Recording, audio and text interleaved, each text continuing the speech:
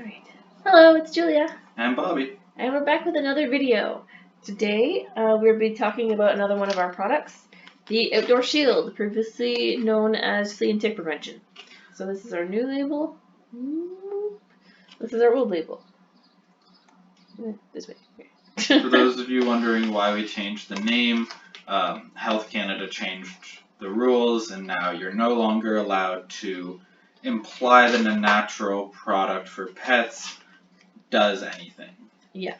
So we have to kind of change all the names to be a little more ambiguous. Yeah, you're allowed to say like general terms like helps with digestion, things like that, but you're not allowed to say anything specific. Yeah, even things that foods are allowed to claim or human products are allowed to claim, we're not allowed to even imply anymore. Mm-hmm. Alright, so back to our product. It is one of our most popular. I think it might be number 2 after silver. Yeah. It's kind of a 1A, 1B kind of situation. Yeah. So it's a really good natural alternative for if you're trying to deal with fleas and ticks with your pets. You just feed it to them every day for a week. That's 7 days, not 5. And according to the dosage, so it depends on their size. And then you do that every other month. We do recommend sometimes if they have a higher metabolism or if you live in a really high-risk area, like if you back onto forest or they go through hikes through the forest, to do that every month just to keep it high in the bloodstream. Yeah, and so a way to explain why every other month and why it would be different in certain situations would be basically in that first week you want as much as possible in the blood to try and get it saturated in the blood. And then over 2 months, it's going to slowly decline. And it actually takes about 3 months to get out of the system. So you're trying to kind of top it back up before it gets low. Mm-hmm. So if you give it before it gets low, it's not a problem because you're just topping it back up. It's really only a problem if it gets too low. Mm-hmm. If you're like worried about it and you want to give it like every month instead of the every other, then it's just going to saturate in their blood and you're just going to be wasting money and it'll just be more like a fiber supplement after like it becomes saturated. Yeah. So it's not dangerous. Like no. We have some people that do it every day. It's not a dangerous thing to do. It's just kind of wasteful. Yeah. If it's up to you. Yeah, if it's worth wasting money to give you peace of mind, then it's worth it to you. There's nothing wrong with that. Yeah. So we're gonna go through the ingredients a little bit, kind of give you an idea of what they are, what they do, why we include them in there. So, unlike the silver, there's actually multiple ingredients, and it's a little more complicated. So this is an example of a Quassia tree, Quassia amara in particular. It's a tree that's native to Jamaica, and they use it for a lot of different things, like you just grind up the bark.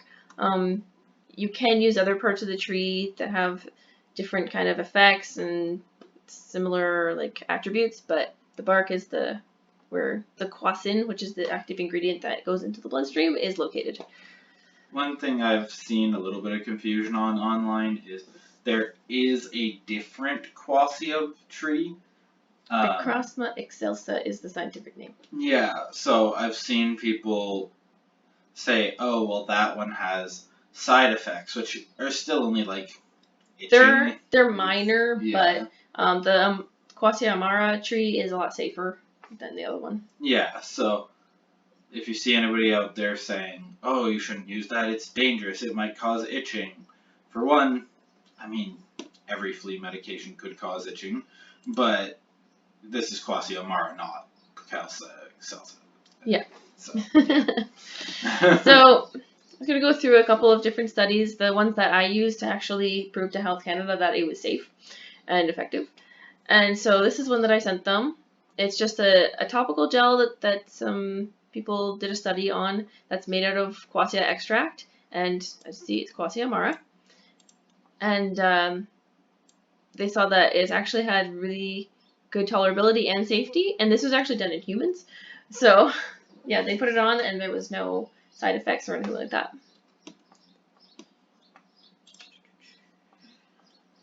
So this website, this actually is a really, really amazing breakdown of what Quassia bark is. So it goes through all the chemical composition, how much quassin is in different like extracts and things. What I used this one for was actually the dosages. So it kind of goes through what an effective dosage is, and so if you want to, you can go through this website and get a big like pharmacological and clinical breakdown of what Quassia bark is actually made out of. And it talks about the difference between Crina excelsa and the Quassia amara too. So to give you an idea of kind of the history of Quassia bark and how we kind of stumbled upon it in the first place. So in Jamaica, they actually use the bark for a lot of different things, just like everyday items. Like they make bowls out of Quassia bark to kind of infuse some of the quassin and different like pharmacological chemicals into all their foods and the things that they put in the bowls, which is kind of amazing. It also mentions their kind of the biggest downside. It's bitter. Yeah, that's kind of the biggest knock on the product, is that it's extremely bitter. And it's actually, Quassia bark is actually the most bitter substance, like natural substance occurring in the world. So it doesn't taste good, but we are working on it. Yeah. And it does make it a little bit tricky for like cats, because they, they can be pickier than dogs. Our guys, we just put it on their food and they eat it, they don't care. The cats are a little bit trickier. Yeah. And one thing we'd love your feedback on is we have discussed the idea of making a bitter spray out of the Quassia bark. Yeah.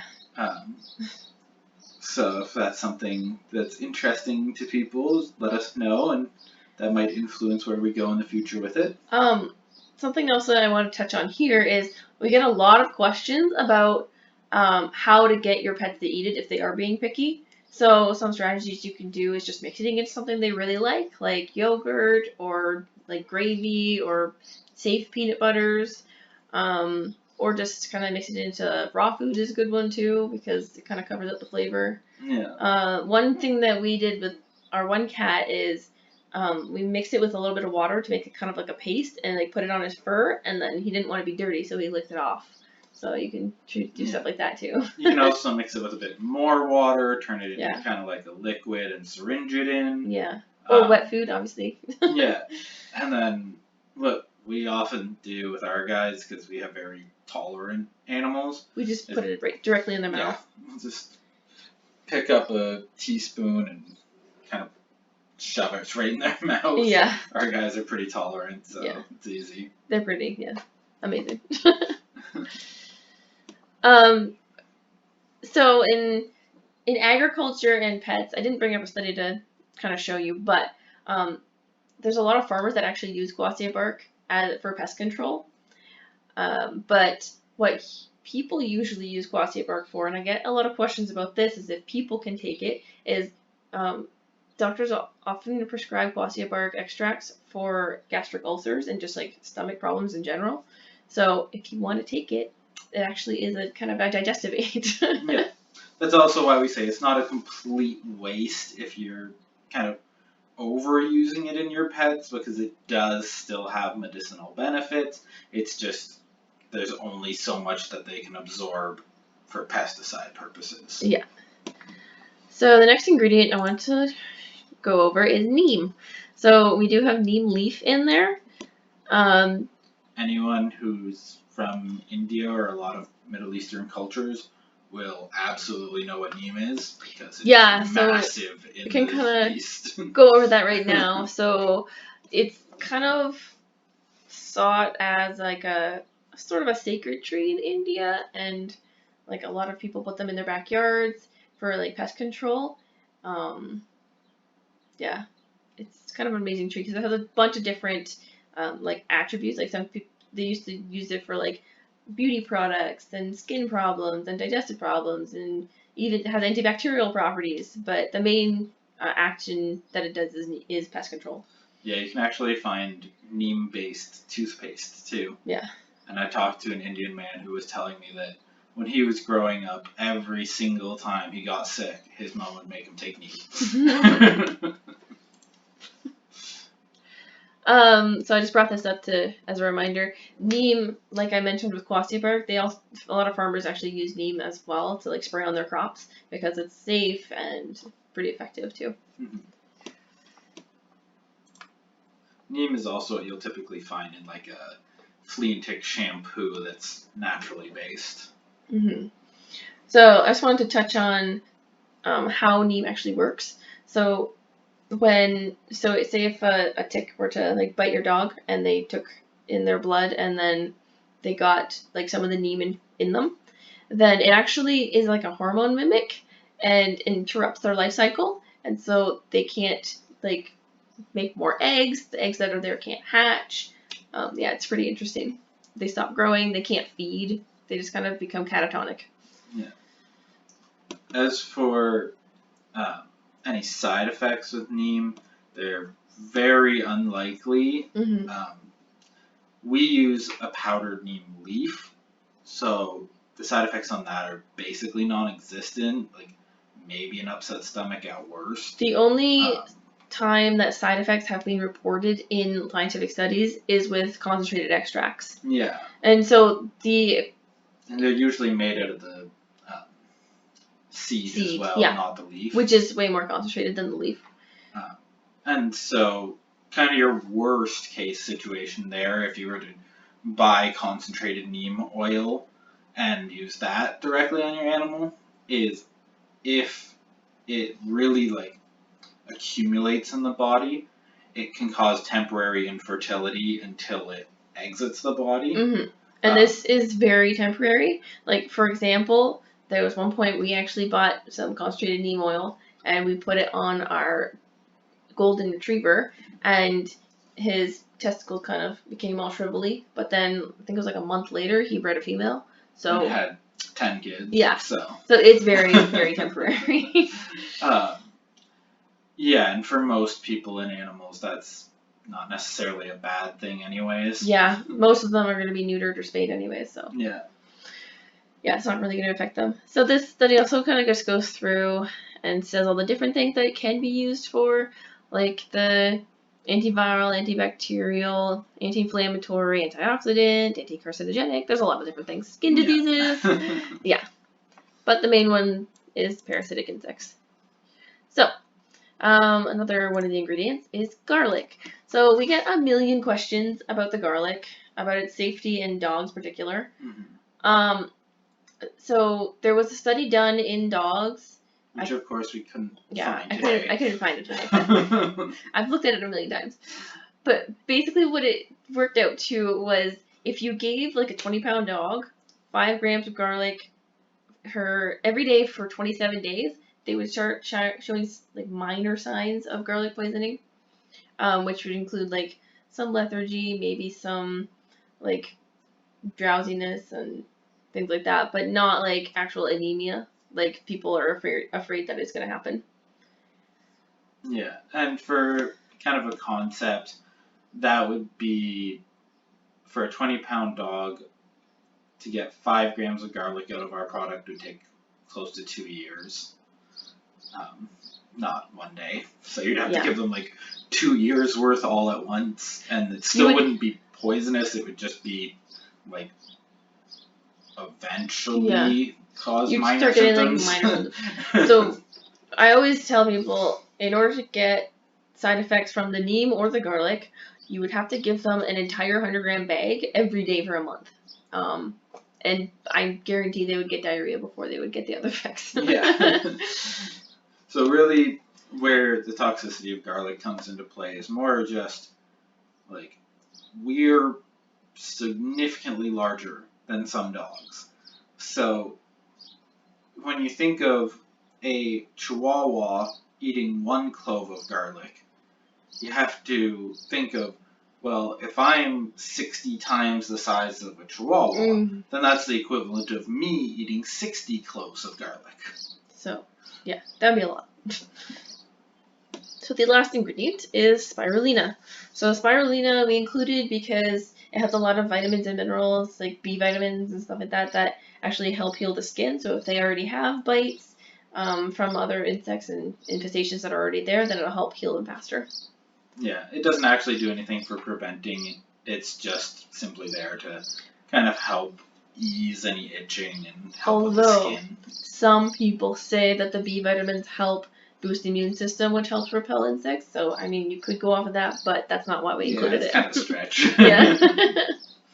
General health does help repel insects. Like, they will target immune compromised animals first. Yeah. Even anyone with allergies, like I'm allergic to bug bites, they will come after me, not her. Yeah. Because they see you as weak and an easy target. Alright. So, a few things to touch on that we get asked a lot. Yes, it is safe It's for safe cats. for cats, yes. I get asked that like at least once a week. It's safe for cats. All of our products are safe for cats. Occasionally we get asked about horses and goats and things like that. You can use it in them. The dosaging is kind of guesswork, to be honest. I have it all written down though for horses. Yeah. And we can sell it in a big bulk thing, but I believe horses is like 1/4 cup a day or somewhere along something like those that, lines. So yeah, feel free to email us and ask us if you have any questions about that. It's not something that comes up often, but it comes up. As for humans taking it, some people make teas. I think they taste disgusting. So personally, whenever add I've some tried, honey or something. I've just you can get these little like capsule machines where you can make your own capsules. I find that way easier. Yeah, I just get like little veggie caps and fill them by hand. Yeah. It takes a bit of time, but it can work. And you do have to swallow quite a few pills, but also it's a better than human's drinking metabolism is a lot lower than a dog's, so you don't need as much. You can do like half the dosage for recommended for about 70. Yeah. Yeah, thankfully. Yeah, is there any other questions that we get asked all the time? I feel like there are. I can't think of any.